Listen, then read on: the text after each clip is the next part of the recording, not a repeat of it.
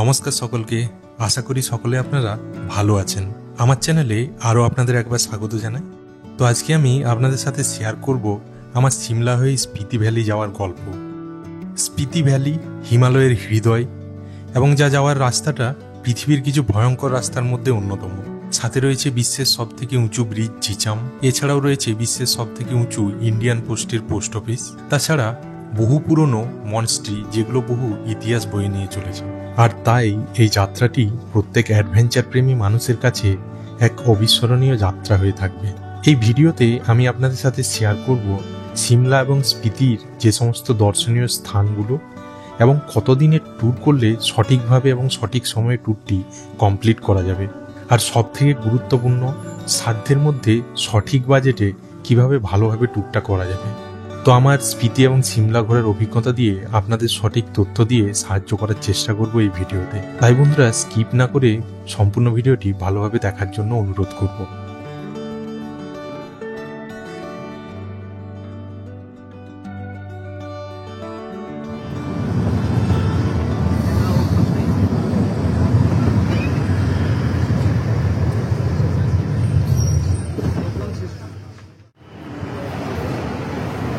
আমাদের আপাতত গন্তব্য হরিয়ানার কালকা স্টেশন। বাকি জার্নিটা ওখান থেকেই শুরু হবে। আমরা কলকাতা থেকে বাই ফ্লাইট নিউ দিল্লি এয়ারপোর্টে এসেছিলাম। নিউ দিল্লি এয়ারপোর্ট সংলগ্ন মেট্রোতে নিউ দিল্লি স্টেশন পৌঁছাতে খুব একটা সময় লাগে না। আমরা নিউ দিল্লি থেকে আবার শতাব্দী এক্সপ্রেস নিয়ে কালকা স্টেশনে পৌঁছেছিলাম। নিউ দিল্লি স্টেশন থেকে শতাব্দী এক্সপ্রেসের সময় ছিল বিকেল 5:15 এবং সেটা কালকা পৌঁছে দিয়েছিল আমাদের রাত্রি 9:15।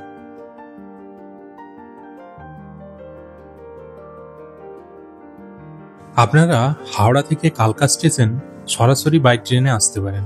12311 নেতাজি এক্সপ্রেস, যার ছাড়ার সময় রাত্রি 9:55 এবং সেটা পৌঁছায় পরের দিন ভোর 3টের সময়। এই ট্রেনে আপনারা ওল্ড দিল্লি হয়ে কালকা স্টেশন পৌঁছাতে পারেন সরাসরি। 1864 সালে ব্রিটিশরা যখন সিমলাকে তাদের গ্রীষ্মকালীন রাজধানী ঘোষণা করে, তারপর থেকে এই ট্রেনটি ইস্ট ইন্ডিয়ান রেলওয়ে মেল নামে কলকাতার সাথে যোগাযোগ করত। পরবর্তীকালে এটা কালকা মেল নামে পরিচিত হয় এবং 2021 সালে 23 জানুয়ারি থেকে এর নাম হয় নেতাজি এক্সপ্রেস। প্রায় 158 বছর ধরে হাওড়ার সাথে কালকার যোগাযোগ করেছে এই নেতাজি এক্সপ্রেস।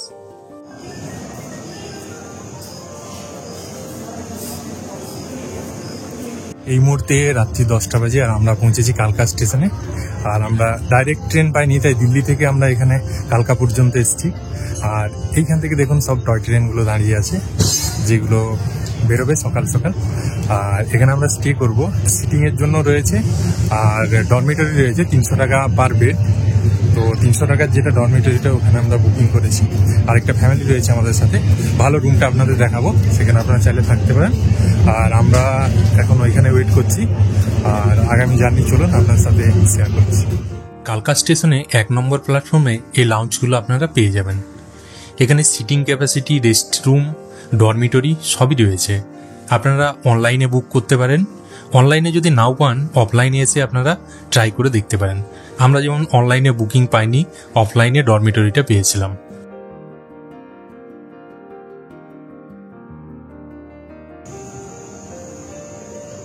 কালকা থেকে সিমলা যাওয়ার টয় ট্রেনের টিকিট কিন্তু আপনারা আইআরসিটিসি অ্যাপ থেকেই বুক করতে পারবেন। আপনার জার্নির 30 ডেজ আগে থেকে টিকিট অ্যাভেলেবেল হয়, তারপরের থেকে আপনারা টিকিট বুক করতে পারবেন। আমাদের বুকিং ছিল কালকা সিমলা এক্সপ্রেস, যার সময় ছিল ভোর 3:30। এই প্রসঙ্গে একটা কথা বলে রাখি, যদি নেতাজি এক্সপ্রেস এখানে পৌঁছতে ডিলে করে, তবে এই কালকা সিমলা এক্সপ্রেসও ডিলে হয় ছাড়ার জন্য। আপনারা নিশ্চিন্তে আসতে পারেন। যদি যাত্রাপথে ভোরের আলো ফোটা থেকে সূর্যোদয় অবধি দেখতে হয়, তবে আমার মনে হয় কালকা সিমলা এক্সপ্রেসই বেটার।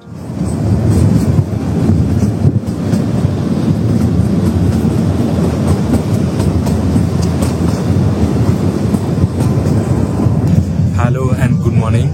কালকা থেকে সিমলার যাত্রা শুরু হলো আর হালকা একটা শীতের আমেজ রয়েছে আমাদের এই টয় ট্রেন। আর আমরা পৌঁছবো অ্যাপ্রক্স 9টা নাগাদ। এখন 3:45 বাজে। 3:45 যে টয় ট্রেন ছিল সেটাতে আমরা যাচ্ছি।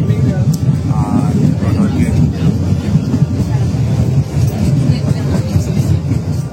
8ই জুলাই 2008 এই কালকা Shimla railway UNESCO world heritage সাইটের অন্তর্গত হয়েছে।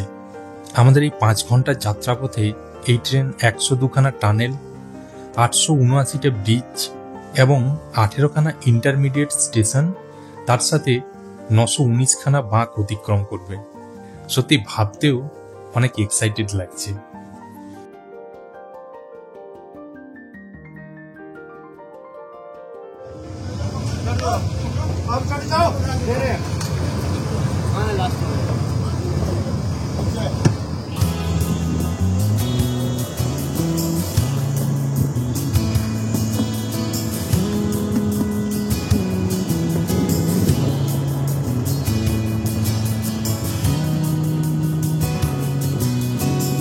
আমাদের চারিপাশের মনোরম প্রাকৃতিক সৌন্দর্যকে সাথে নিয়ে আমরা এগিয়ে চলেছি।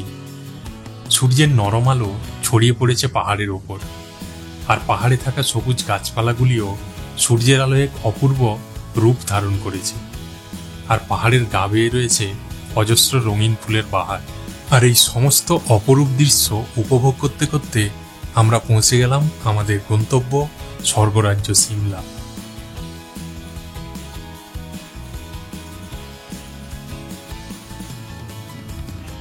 ফাইনালি এসে পৌঁছালাম সিমলা স্টেশন। এখন সময় প্রায় 9টা বাজে, আর টয় ট্রেন ঠিকঠাক টাইমে পৌঁছে দিয়েছে, 5 মিনিট মতো ডিলে ছিল। সিমলা থেকে পিক আপ করা সহ পুরো স্পিতি রুট কমপ্লিট করে আবার সিমলায় ড্রপ করা পর্যন্ত আমাদের গাড়ি বুকিং ছিল। কার বুকিং আমি নিজেই করেছিলাম। চালকের নাম হরি ভাই। স্পিতি রুটের খুব অভিজ্ঞ এবং দক্ষ ড্রাইভার। পুরো রুটটাতে খুব সুন্দরভাবে আমাদের জার্নিটা কমপ্লিট করেছেন। আমি कॉन्टैक्ट डिटेल्स एवं फेयर मेंशन कर दिलाम। तो हरी भैया का पूरा ये जो कार है मतलब पिकअप से लेकर ड्रॉप तक पूरा बुक्ड है, तो आप कांटेक्ट कर सकते हैं। हरी भैया कुछ बोल दीजिए और आपका कांटेक्ट नंबर बोल दीजिए। मेरा हरी नाम है, मैं कैब टैक्सी ड्राइवर हूँ और मेरा नंबर है 9015466378। और अभी मैं सर को पूरा टूर घुमाऊंगा विद काजा और शिमला ड्रॉप करूंगा वापसी में रिटर्न। और सर फिर मुझे बताएंगे कि कैसा सर को मेरा टूर पसंद आता है। ওকে ওকে। রওনা দিলাম আমরা হোটেলের উদ্দেশ্যে। সিমলা মেল রোডের ওপরে যে হোটেলগুলো আছে একটু বেশি কস্টলি। আপনারা যদি একটু বাইরে হোটেলগুলো বুকিং করেন, বাজেট ফ্রেন্ডলি সুন্দর সুন্দর হোটেল আপনারা পেয়ে যাবেন।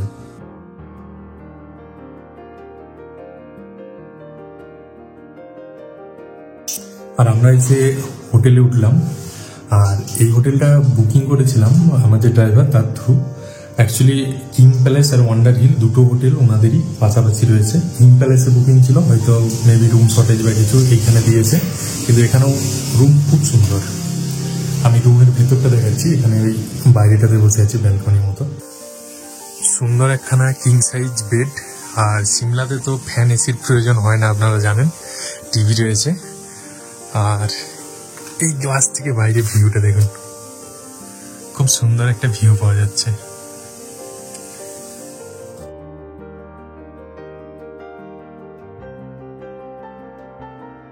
আমরা ফ্রেশ হয়ে সিমলা শহরটা ঘুরে দেখার জন্য বেরিয়ে পড়লাম। সিমলা শহর ঘোরার জন্য একদিনই যথেষ্ট। যদি কিছু রাইড করার থাকে তবে আপনারা কুফরি ট্যুর রাখতে পারেন, তার জন্য এক্সট্রা একদিন লাগবে। 1864 ব্রিটিশার্সদের সময় সিমলা ছিল সামার ক্যাপিটাল অফ ইন্ডিয়া।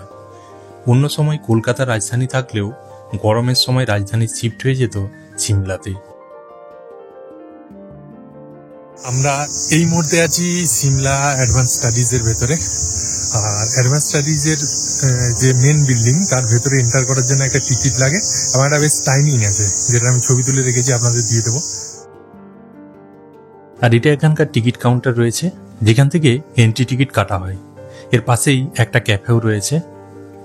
আর এই যন্ত্রটা দেখছেন, এটা তখনকার দিনের সব থেকে উন্নত অগ্নি নির্বাপক যন্ত্র ছিল। এই বিল্ডিংটির বর্তমান নাম Indian institute of advance study. এটি তৎকালীন ব্রিটিশ ইন্ডিয়ার ভাইস রয়েস হাউস ছিল। তৎকালীন সমস্ত রকমের উন্নত প্রযুক্তি এখানে ছিল।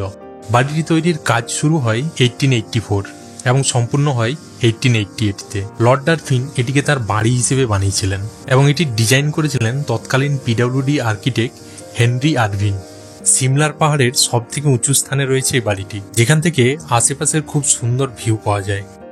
সময়ের ক্রমবর্ধমানে এটি ভাইসরয়েস হাউস হয় এবং তারপরে প্রেসিডেন্ট রিট্রিট হয়ে ওঠে। ভারতের সিমলা চুক্তিও এখানেই স্বাক্ষর হয়েছিল।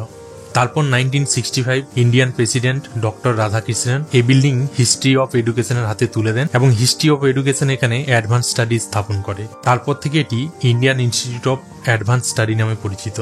ইতিহাসের সাথে সাথে চারিপাশের এরিয়া, প্রাকৃতিক দৃশ্যও কিন্তু অসাধারণ। একটু সময় কাটিয়ে খুব ভালো লাগবে। আর এই যে লাইন, এই লাইন দিয়ে সকলে ভেতরে প্রবেশ করছেন। ভেতরে ফটোগ্রাফি নিষেধ, তাই আমি কিছু দেখাতে পারলাম না। ভেতরেও কিন্তু বহু প্রাচীন ইতিহাস জড়িত জিনিস রয়েছে, যেগুলো অবশ্যই আপনারা দেখবেন। রওনা দিলাম আমরা অ্যাডভান্স স্টাডিজ থেকে। এখন আমরা যাব সিমলা স্টেট মিউজিয়াম। 1974 এই মিউজিয়াম তৈরি হয়। হিমাচলের ইতিহাসের ঝলক রয়েছে এই মিউজিয়ামে। সিমলার পাহাড়ের অনেক উঁচুতে থাকায় এখানের এনভায়রনমেন্ট খুব শান্ত এবং কোলাহল মুক্ত। এখানে বহু প্রাচীন কলাকৃতি, miniature, painting, coins, historical sculptures, Indian traditional garments এবং আরও বহু প্রাচীন জিনিস রয়েছে।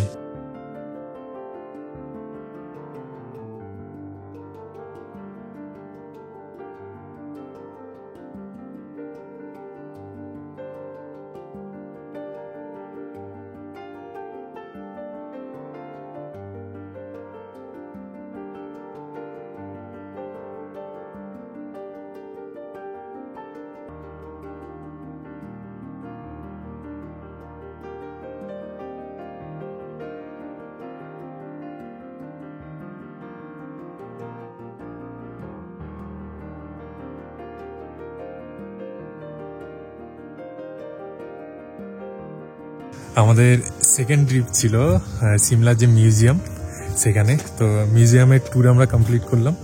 মিউজিয়ামে এখানে আসাই যায়, ভেতরে অনেক কিছু প্রাচীন সংগ্রহ রয়েছে, তো বেশ ভালো জায়গাটা। অনেকটা সময় বয়ে গেল, পেটেও টান পড়েছে, তাই পৌঁছলাম আমরা এই মিলাপ ধাবা। সিমলা মেন রোডের ওপরে এই ধাবা। সিমলা ম্যালে যাওয়ার যে লিফট আছে তার পাশে এই ধাবা।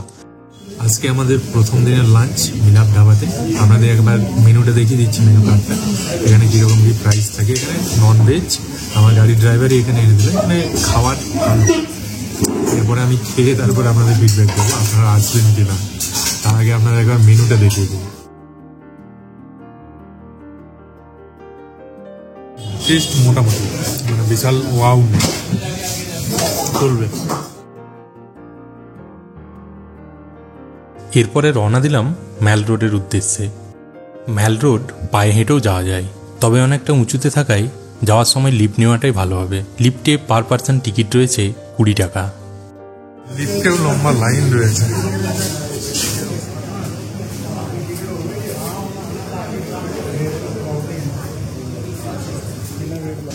একটা লিফট চড়ে আমরা উপরে এলাম, আর একটা লিফটে উঠতে হবে, তারপরে আমরা পৌঁছাবো।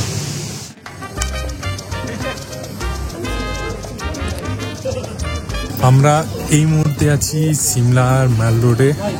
আমরা ম্যাল রোড ভিজিট করছি, কিন্তু এখানে এই মুহূর্তে এত পরিমাণে ব্রিটিশ আছে যেমন মনে হচ্ছে আমরা বিদেশে কোথাও চলে গেছি।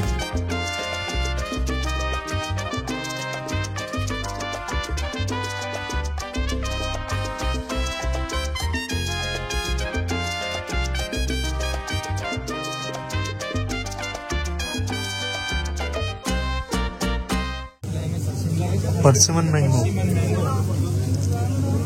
प्राइस कैसे है? 100 का प्लेट है। 100 का प्लेट, पूरा प्लेट। और ये मैंगो है, परसिमन मैंगो एक मतलब एक का 100। अच्छा। সিমলা ম্যাল রোড, যেটি ভারতের সর্বপ্রথম এবং সবথেকে পুরনো ম্যাল রোড। ব্রিটিশার্সদের সময় ইংরেজ অফিসার এবং তাদের ফ্যামিলিদের কেনাকাটা এবং ভ্রমণ বা হাঁটার জন্য এটা ছিল এলিট ওয়াকিং এরিয়া।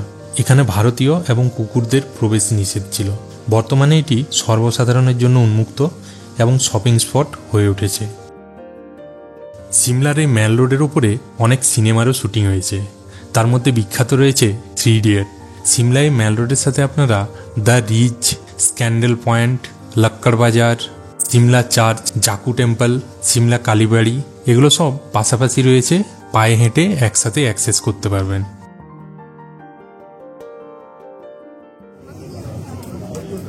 আর আমরা এই মুহূর্তে আছি স্ক্যান্ডেল পয়েন্ট। স্ক্যান্ডেল পয়েন্টের হিস্ট্রি আপনারা হয়তো জানেন। তখন ব্রিটিশ শাসনকালে এখানে ইন্ডিয়ানস আর ডগস নট অ্যালাউড, মানে ইন্ডিয়ান এবং কুকুর প্রবেশ ছিল না। তো তখন পাটিয়ালা রাজা এসে এখানে ভাইসরয়ের মেয়েকে তুলে নিয়ে গেছিল, এই সেই পয়েন্ট। তো সেই বিখ্যাত point scandal point.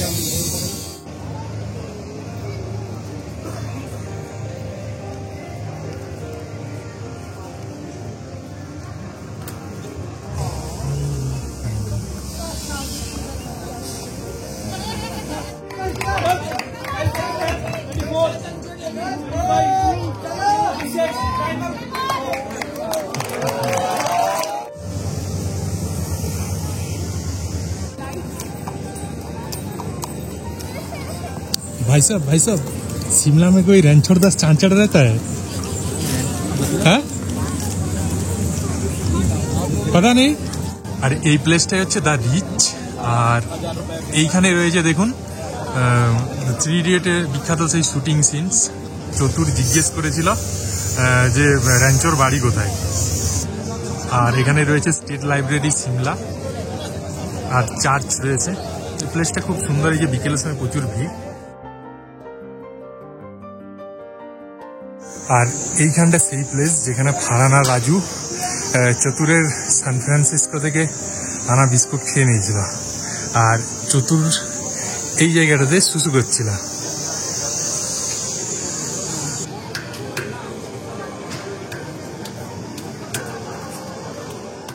Shimla the rich থেকে জাকু টেম্পলে যাওয়ার শেয়ারিং গাড়ি পাওয়া যায় এবং রোপওয়েও রয়েছে।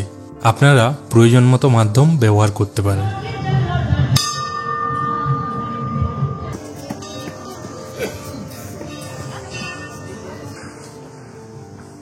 সঞ্জীবনী বুটি আনার জন্য হনুমানজি যখন দ্রোণাগিরি পর্বতের উদ্দেশ্যে যাত্রা করেন সেই সময় এখানে বিশ্রাম নিয়েছিলেন। তাই এখানে এই 108 ফিট উচ্চতার এই স্ট্যাচু নির্মাণ করা হয়েছে।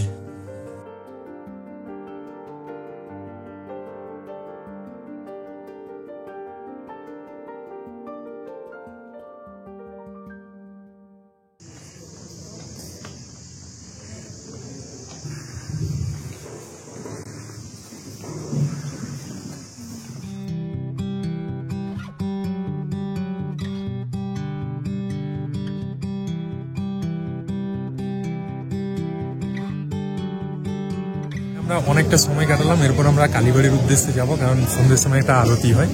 তো ওখানে কমপ্লিট করে তারপর আবার আমরা হোটেলে ফিরবো। কালকে সকালে আবার স্পিতি ট্যুর আছে।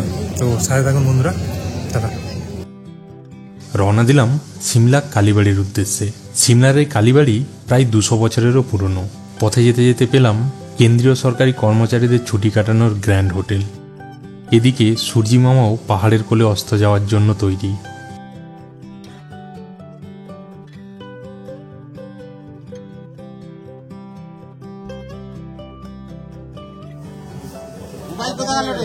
একটা ছবি তুলছি।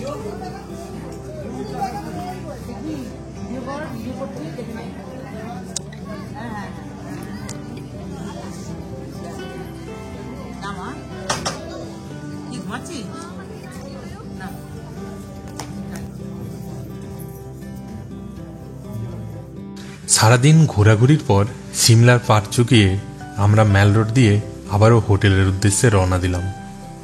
আগামীকাল রওনা দেব স্পিতি ভ্যালির উদ্দেশ্যে। তো এই সিমলা পার্টের ভিডিও আমি এখানেই শেষ করছি। আগামী পার্টে আমি নিয়ে আসবো কমপ্লিট স্পিতি ভ্যালির ট্যুর গাইড। তো ততক্ষণের জন্য বন্ধুরা সাথে থাকবেন, ভালো থাকবেন, আর অবশ্যই ভিডিও যদি ভালো লেগে থাকে লাইক, কমেন্ট, বন্ধুদের সাথে শেয়ার এবং আমার চ্যানেল সাবস্ক্রাইব করতে ভুলবেন না। তো ততক্ষণের জন্য বন্ধুরা চলুন, টাটা।